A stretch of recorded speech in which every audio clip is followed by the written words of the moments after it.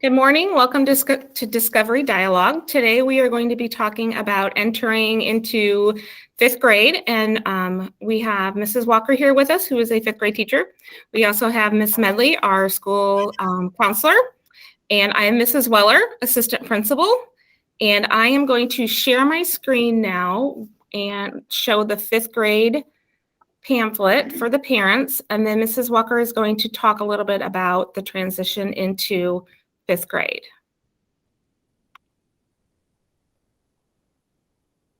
Oops.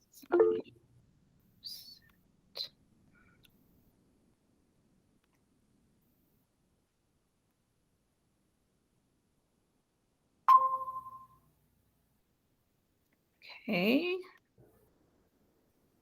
Okay, Mrs. Walker.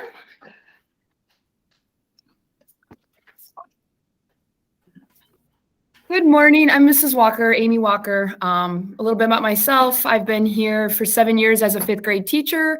I've had a couple different team members, and right now we have Julia Richardson, Amy Russell, and myself, Amy Walker. I'm going to go through the pamphlet and kind of talk about what to expect coming into fifth grade, and then I think they're going to open it up to questions if needed or anything like that. And so let's just get started and kind of get an idea of where our transition from when they leave fourth grade, what our expectations and what we do here in fifth grade. Let's see, there we go. Okay, so the basics and special to fifth grade. One of our favorite things to do here in fifth grade, which we've not been able to do due to COVID, which we hope to start changing that by next fall, is we would do these place-based all group fifth grade, and really we'll probably start moving into more of like STEM-based projects that all 3 fifth grade classes combined and we were meeting weekly, like outdoors on Wednesdays is what we did. And we would complete science labs, have in-house speakers, create and participate in, we make this market day up to learn about economy twice a year. They have to like build what they're going to spend because they earn money in the classroom for behavior, paper money, fake money. And so at these market days, which is during winter break and at the end of the school year, we do these like carnival-based market day big projects that they just really love to have. Those are really special to us. And then that all gets worked in when we come together as a group. And then we do, like I said, other projects and STEM projects. The really cool part is that because we integrate all 3 fifth grade classes for that, is that they would always be paired up with different kids. They get to work with different partners, meet different people, but also maybe get to work with friends from other groups. So we were trying to make it also kind of a nice social situation, but they were getting some work done. So that's a really fun piece that we've missed out in the last couple of years, and we're looking forward to hopefully things changing back next fall, and that will really start to take off again. We do our hikes during those times too, and we've also done like the bigger hikes where we would hike on our back trail out to, there's that like horse out by the, out on 12 or 20, and we would hike all the way there with Miss Pavlovic come. And we've hiked to the beach on the trail. So we've done some other big days with the whole group and just keeping it all together. So it's been a really fun thing. The other big thing special to fifth grade is the Frog in the Bog trip. It's a 2-night, 3-day overnight to the Dunes Learning Center to learn about the area's unique ecosystems all in one place. That is part of our standards in science, and we were able to do it the past 2 years, but they were day trips. We didn't do any sleeping over, but we were able to work with the parents have been so great, and the Dunes Learning Center was so great that we did make it work last year in the spring, and then this year we did it in the fall, which we're hoping to keep in the fall. And we really liked it in the fall for the reason is that we got to bond with the kids a little bit earlier and make these really great relationships, and then they proceeded throughout the whole year with those relationships. We really missed out with having it in the spring because they'd be at the end of the school year, and then they're off and out for the summer within like 2 weeks. So we're hoping to continue it in the fall. We still got to do that through COVID, so I don't see that changing too much. Hopefully we just go back to get to spend the night, and the kids really have a good time with that. Some of the extras you can see in fifth grade that start to happen is that band has been introduced with our music teacher. We have all these sports programs that have started to develop and come together, like cross country, student council's part of that. the girls volleyball, boys and girls basketball, the yearly musical, and a variety of other clubs. Every year, you just got to keep watching emails and flyers out there that every year there could be a different club. The teachers really get into it and try to do some different things. So all the fifth graders are welcome to join those things. So the basics. So those are the special things for fifth grade. There's 3 big things, and then the basics. Let's talk about like what we see in fifth grade. So I'll just kind of read from the pamphlet here that can also be given out to parents if you'd like. The fifth grade daily schedule is based on the same routines as most elementary daily routines. A typical day includes instruction times as well as time for specials, which our specials are still gym, technology, and music. They get a 30-minute recess still and a 30-minute lunch. Discovery also includes art weekly as well as a scheduled library time weekly. So once a week, and it's just every classroom's a little different, but they get to see Mrs. Hanson, our awesome art teacher, once a week, spend good time in there. And then they also do a library for 45 to 50 minutes with our librarian, Mrs. Herr. And they check out books that they may not get in our classrooms or other places. So they still have that coming to them, which is great. The biggest change in schedules for the fifth grader is the rotation is a little to a different teacher for science and social studies. So we do this to get them ready for middle school. Our middle school here switches classes, obviously. And so we decided as a team to do science and social studies as a switch. So what would happen out of 3 fifth grade teachers, Mrs. Walker's class will all go together to another class. And they have, right now we have Mrs. Russell, and that's usually how it works. And they would have Mrs. Russell for 45 to 50 minutes for their science and social studies instruction. They could do their tests, their homework, but this way they're getting used to a new teacher, a new teacher's way of teaching, a new teacher's way of grading, and expectations. So it's a nice switch over before they go to every new teacher for every different subject. So I have been doing it the last 7 years I've been here. I enjoy it. I like getting a different group a little bit too. That's fun. And then the kids are getting used to how to be organized and work with another teacher. So that's kind of new for them. Here at Discovery, we do quarter 1 and quarter 4. We focus on science, and then quarter 2 and quarter 3, we concentrate on social studies. It allows us to put all the time in at once to do that subject and get through the standards. Again, at the end of the brochure, it says the rotation is in place to help get the students ready for the middle school change of changing classes and teachers throughout the entire day. The standards that we teach in fifth grade are the Indiana standards. Discover Charter fifth grade follows the Indiana Academic State Standards for all subjects. We also take a STAR. Let me back up. So the Indiana standards are nothing that we hide. You can get on the IDOE and look them up. Everything in there is what we do a curriculum map every quarter and prepare our classes of where we're headed for a quarter. We break it by quarters. We readjust each quarter, and we follow the standards. So if you're ever interested of what your child is doing in any grade, you can find those online. They're not hidden. We also take the STAR test. We used to do NWEA here. Some parents might be familiar with that. And then the last couple of years, we switched over to a STAR standardized testing. That shows our growth. That helps us as teachers know, well, they come in at fall, here's a nice score we can see. Then we go through the full fall curriculum, and then at wintertime, before they go on break, we take it again. And that shows us, am I doing what I need to as a teacher? Are they growing as they should be as a student? And then we change things up as needed, and we work with each kid as needed. If we need to get them in more programming or more help, we do that, and we just make that as our helper to see what they need to do. It's again, it says reaching all our students as well as making sure to watch if we need to make any adjustments in our educational approach. That's what the STAR does for us. It does math and reading, so we kind of find out where they're sitting. iLearn is the other big state test. iLearn will also be will be administered at the end of the year as it is required in the state of Indiana. In fifth grade, the iLearn will cover mathematics, the reading language arts, and social studies. We're not tested on science. It's like every other year. So we do the social studies. So again, that is not my choice. We follow the state on that, and the STAR also helps us prepare for that as well. So here we break it down into kind of the subjects that we do. Here's what our writing will include. Writing in fifth grade is a time that students will be challenged to take their writing to a new level. We are getting them ready for the expectations of middle school level writing. The expectations we have will be graded by rubrics on a variety of narrative, informational, and persuasive or opinionated writing topics. So we do informational essays, we do personal narratives, we do descriptive narratives. We look at the 5 to 8 sentence paragraph, which is like a topic sentence, details, explanation, detail, explanation, detail, explanation, and then a closing sentence. The 5 paragraph essay then takes 5 of those and pulls them together. That's kind of their big intro to learning how to make up this 5 paragraph essay, which will go into the middle school and high school years.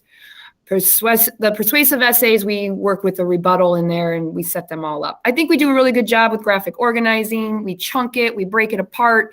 A student isn't going to be just given an assignment and expected to have it done in a week. I know between the 3 of us, one day we work on this part of it. Another day we work on this part of it. Another day, really break it apart to get them ready to take their time and see how to do it every step of the way. So they're just not left out there to swim by themselves. For spelling, the Indiana standards require knowledge and practice of spelling and vocabulary. Students are given a 20-word weekly spelling list. They are given ideas on how to practice their spelling words, and at the end of the week, they are tested on these words. We really hit this hard in the first semester. By winter break, we start to kind of dabble off a little bit. Maybe we use spelling words from different novels and things like that. But you'll see it hit hard in the beginning just to get them on a routine. It's kind of their first look at monitoring themselves of, doing their spelling words on their own and studying for them on their own and then taking that test at the end. So it's kind of a letting them loose a little bit on how to work in study habits. So here's some ideas for study habits. Here's a packet, but we don't always take grades on all the packet work. We just build it so they'll have some extra study habits to get them a decent grade on the spelling test at the end. It's required, so we kind of keep doing it. And then, like I said, we kind of taper off towards 3rd and 4th quarter. And then by 6th grade standards, they don't do spelling anymore. Reading, the 5th grade team will focus on the following reading standards. Literature, there's fiction and nonfiction. This will cover key ideas, textual support, structural elements, and organization, and synthesis and connection of ideas. Vocabulary, this year we've really hit it a lot harder. We've had a new curriculum that's helped us work with this. We've pulled in different ideas from different outside sources. So we've really been trying to hit this context clues, how to write sentences with context clues, what's important with context clues, relationships among words and word structures like Greek and Latin roots, synonyms, antonyms, prefixes and suffixes. So we do our best to kind of teach them words and how to figure these things out when they can't understand them in their own reading pieces. Math is one of the biggest things in 5th grade it's a lot. The standards in 5th grade for math are far beyond any other standard. We really push hard to try to finish everything we can. It is challenging and provides a rigorous curriculum. The standards include many new math concepts such as, and I really believe in math, 5th grade is that huge year that they change over to what they are going to need from this point on into high school. I mean, we go add, subtract decimals. We do multiplication and divide of decimals. They've never seen this yet before. They've worked with place value, but rarely have they done any decimal work.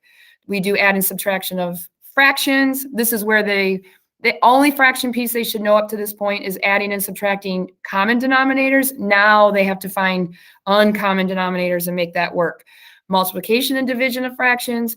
We work on volume. We work on some geometry, mostly quadrilaterals and some angles and things such as that. And then we move into those numerical expressions, which is a pre-algebra skill. So when we work with the math, our biggest thing we can ask for, if your child is at all struggling in their math facts, if you can work on it in the summer, they need to master their math facts. They cannot do fractions and all that kind of thing and multiplication and long division without knowing those math facts. They truly will struggle. And that's probably the biggest thing I've seen this year is the students that are struggling in math, it's because they don't know their math facts. They can kind of understand the idea of what we're doing, but when they can't computate correctly, they're missing points. So that is my biggest advice, is make sure they're working on math facts. And I think this is the last page. Teamwork, it's a joint effort. We're big on the kind of the triangle. We need parent involvement, we need teacher involvement, and we need student involvement. If we can get those three things working, we think we can be very successful with the kids.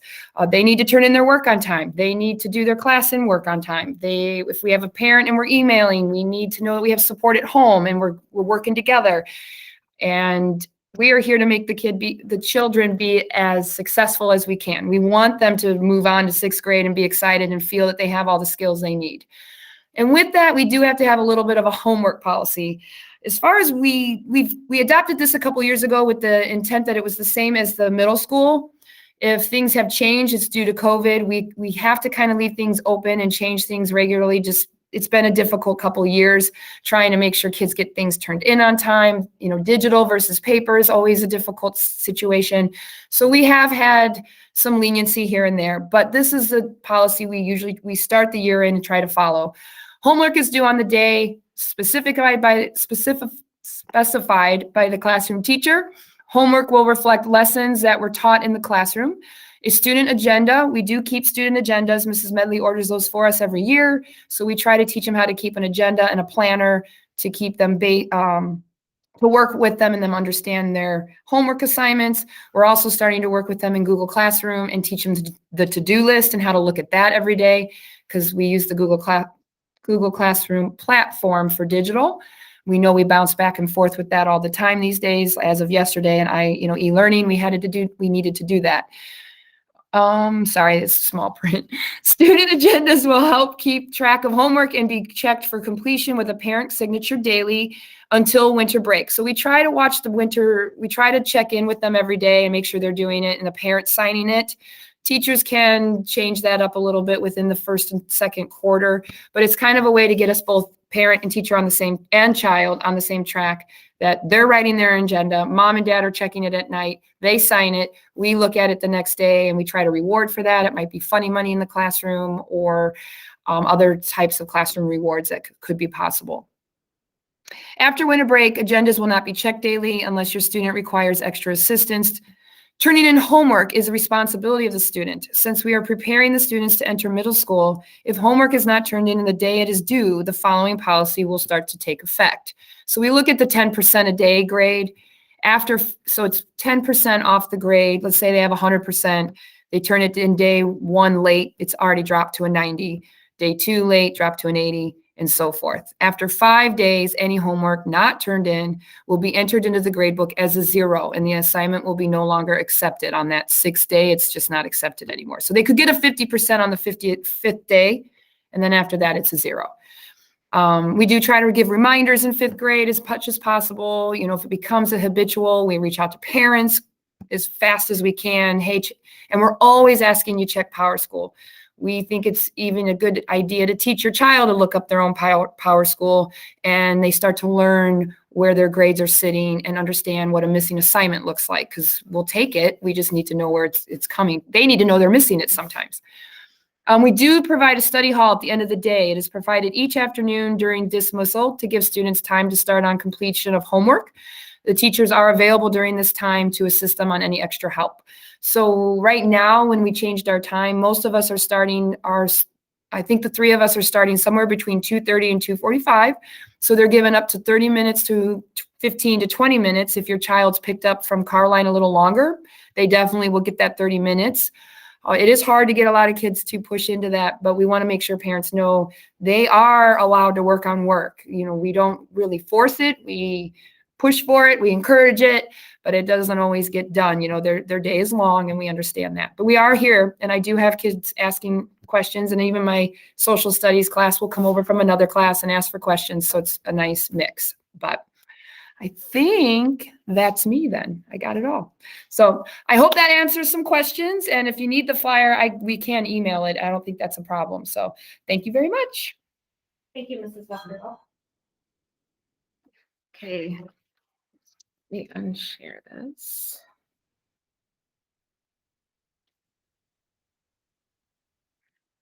Okay, that wraps up the 5th grade. Does anyone have any questions? Okay, you are always more than welcome to reach out to myself, Miss Medley, the 5th grade team, Dr. Moore. If you have any questions that come up, If you would like the brochure, please reach out and we can email that to you as well. Thank you for joining Discovery Dialogue today. Bye.